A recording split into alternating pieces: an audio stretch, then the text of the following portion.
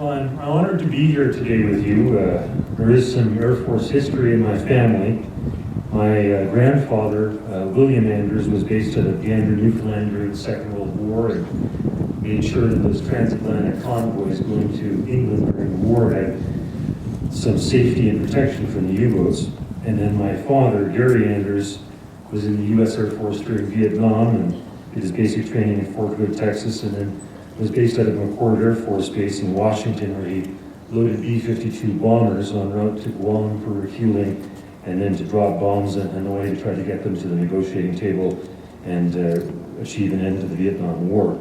My father wanted me to do Royal Military College, and I think that I would be a better man had I done that, but I opted for politics. There's the father of geopolitics and geostrategy, Halford Mackinder, who wrote after the First World War in 1919 that in order to control the land, one needs an army. And in order to control the approaches to land, one needs a navy. And of course, the British tradition is fine in that regard. In order to control the logistics on both land and on the sea, one needed an air force, and that was realized even by the end of the First World War.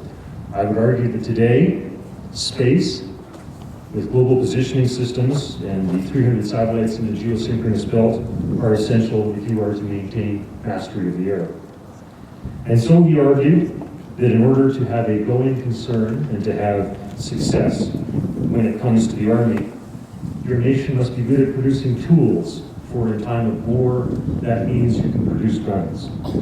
And if you are to be successful at having a Navy, then during peacetime you must have a strong merchant marine. For that capability, and those dock facilities are needed to do well during warfare with your Navy.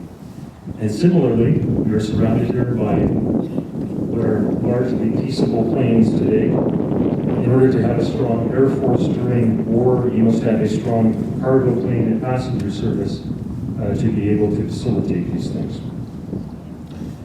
We have problems in today's world. Sometimes it's global terrorism, the irritant that is, and we also have strategic competitors. We have nations that try to attack NORAD and its facilities and to interrupt its computer systems and whatnot. I think the solution to that is a lot of what we see here today, to make sure that you are well trained and well prepared, and that at some point some of you will go on to serve in the Air Force. I was just talking to one of my seatmates where I mentioned that I had a chance to take in the Air Force Academy at Colorado Springs. And there they have what's known as the Cadet Cathedral, which is an impressive facility where when you look up toward the sky in that cathedral, you see what looks like a CF-18 or a strike fighter, and that's the shape of the building looking forward. And it's all made of glass and metal, so that it is very much like the airplanes that those cadets and the Air Force fly. And in the center of all that is a cruciform sword, which is what happens when you have too long of a speech and people need to sit down. But the cruciform sword is a medieval symbol that knights would kneel with before when they would receive the accolade to go into battle. Anyhow, they stress academic achievement, demonstration of leadership, athletics, and character. And in that academic achievement, of course, military training is very important. Napoleon once said that you cannot be a great general if you do not study the generals of the past. And so with that, I will wrap up my speech by saying that seek excellence in all that you do. Thank you very much. I'm honored to be with you today, and God bless.